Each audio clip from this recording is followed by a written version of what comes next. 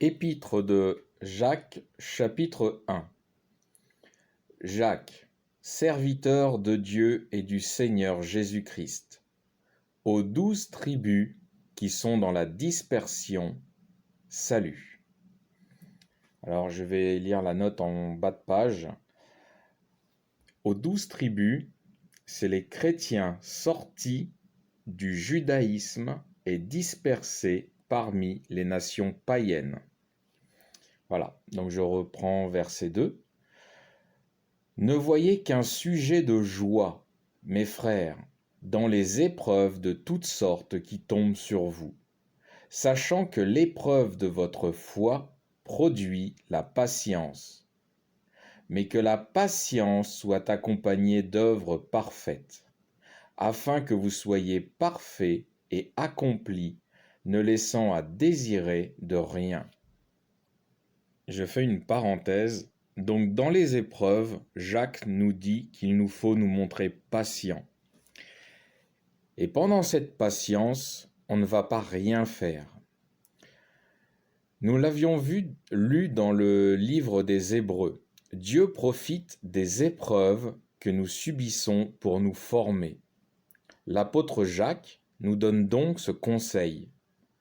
Ne voyez dans les épreuves qu'un sujet de joie, la joie de la formation que Dieu nous donne. Donc pendant cette patience, pendant ce moment d'épreuve, nous allons être formés par Dieu et nous allons profiter de cette patience pour être éduqués par Dieu et de nous former. Je poursuis, verset 5. Si la sagesse fait défaut à quelqu'un d'entre vous, qu'il la demande à Dieu, lequel donne à tous simplement, sans rien reprocher, et elle lui sera donnée. Mais qu'il demande avec foi, sans hésiter, car celui qui hésite est semblable au flot de la mer, agité et ballotté par le vent. Que cet homme-là ne pense donc pas qu'il recevra quelque chose du Seigneur. Homme à deux âmes, inconstant dans toutes ses voies. Que le frère pauvre se glorifie de son élévation, et que le riche mette sa gloire dans son abaissement, car il passera comme l'herbe fleurie. Le soleil s'est levé brûlant, et il a desséché l'herbe, et sa fleur est tombée, et toute sa beauté a disparu. De même aussi, le riche se flétrira avec ses entreprises. Heureux l'homme qui supportera l'épreuve, devenu un homme éprouvé, il recevra la couronne de vie que Dieu a promise à ceux qui l'aiment. Je fais une parenthèse. Jacques fait référence aux deux conditions sociales de l'être humain. Le chrétien pauvre matériellement, ne disposant de rien, se glorifie de son élévation spirituelle. Le chrétien riche matériellement perdra sa grandeur sociale. Le dépouillement sera comme brûlant. Mais s'il accepte de suivre le Christ, il recevra la couronne de vie. Lui aussi sera glorifié. Jésus disait, « Il est plus facile à un chameau d'entrer dans le trou d'une aiguille qu'à un riche d'entrer dans le royaume de Dieu. » Tout est une condition de cœur. Je poursuis verset 13. Que nul, lorsqu'il est tenté, ne dise « c'est Dieu qui me tente » ou « c'est Dieu qui me met à l'épreuve ». Car Dieu ne saurait être tenté de mal, et lui-même ne tente personne. Je fais une parenthèse. Jacques le dit clairement, il n'y a aucun mal en Dieu, et il n'éprouve personne. Toutefois, il se sert des épreuves que nous subissons pour nous faire évoluer dans les qualités qui sont les siennes. Je poursuis verset 14. Mais chacun est tenté par sa propre convoitise, qu'il l'amorce et l'entraîne.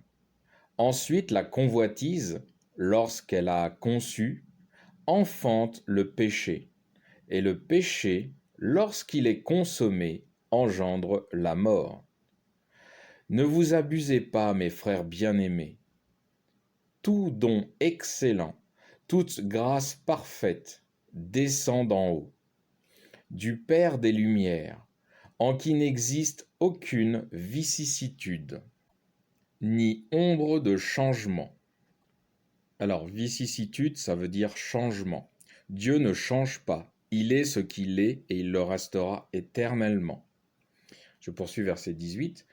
De sa propre volonté, il nous a engendrés par la parole de la vérité, afin que nous soyons comme les prémices de ses créatures.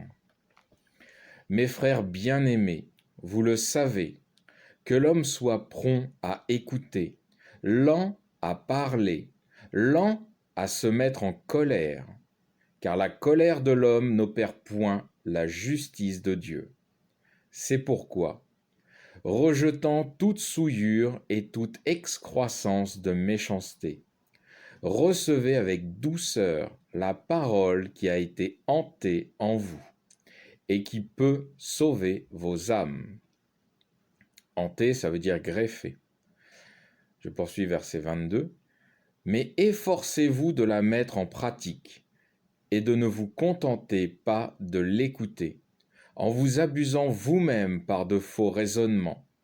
Car si quelqu'un écoute la parole et ne l'observe pas, il est semblable à un homme qui regarde dans un miroir le visage qu'il tient de la nature.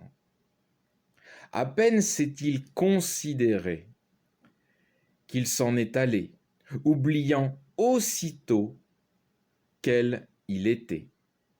Celui au contraire qui fixe son regard sur la loi parfaite, la loi de liberté, et qui l'y tient attaché, n'écoutant pas pour oublier aussitôt, mais pratiquant ce qu'il a entendu, celui-là trouvera son bonheur en l'accomplissant.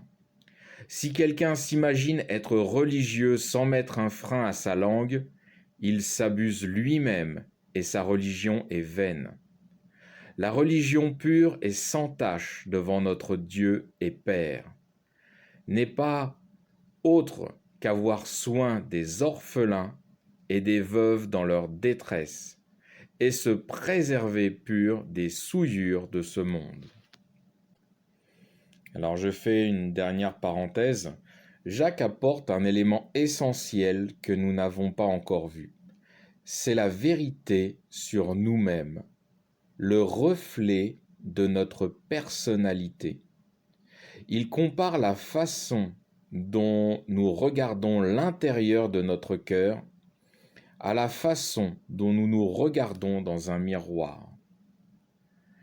Il ne faut pas avoir peur ou honte de ce que nous sommes intérieurement. Il faut pouvoir nous connaître et voir la vérité sur nous-mêmes pour modifier ce qui ne va pas. C'est tout l'enseignement de la Bible, révéler l'être humain pécheur, c'est-à-dire immonde dans l'image du miroir que nous sommes, et nous rendre un peu plus beaux chaque jour dans ce miroir en suivant les conseils de Dieu. Fin du chapitre 1.